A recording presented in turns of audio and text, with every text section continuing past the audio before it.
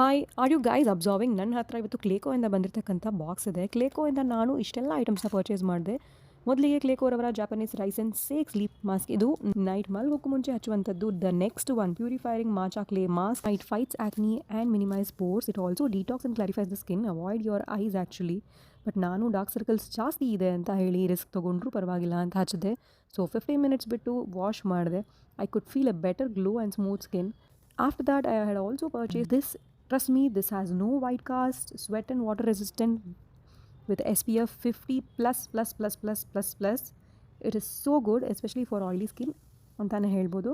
ಎಷ್ಟೋ ಸನ್ಸ್ಕ್ರೀನ್ಸ್ನ ನಾನು ಯೂಸ್ ಮಾಡಿದ್ದೀನಿ, ಬಟ್ ಇದರ ರಿಸಲ್ಟ್ಸ್ ಬೇರೆಯೇ ಇದೆ. Ginseng plus bakuchi brightening eye cream 10 gram worth ₹449 free ಆಗಿ ಬಂದಿರೋದು. ಆ್ಯಕ್ಚುಲಿ ನಾನು ಬಕುಚಿ ಆಯಿಲ್ ಇರುವಂತಹ ಐ ಕ್ರೀಮನ್ನು ಹುಡುಕ್ತಾ ಇದ್ದೆ, ಆದರೆ ಇದು ನನಗೆ ಫ್ರೀ ಆಗಿ ಬಂದಿದ್ದು ನನಗೆ ತುಂಬಾ ಖುಷಿ ಆಯಿತು. ದಿಸ್ ವರ್ಕ್ಸ್ ಲೈಕ್ ಮ್ಯಾಜಿಕ್ ಅಂತ ಅಂದ್ಕೊಂಡಿದ್ದೀನಿ.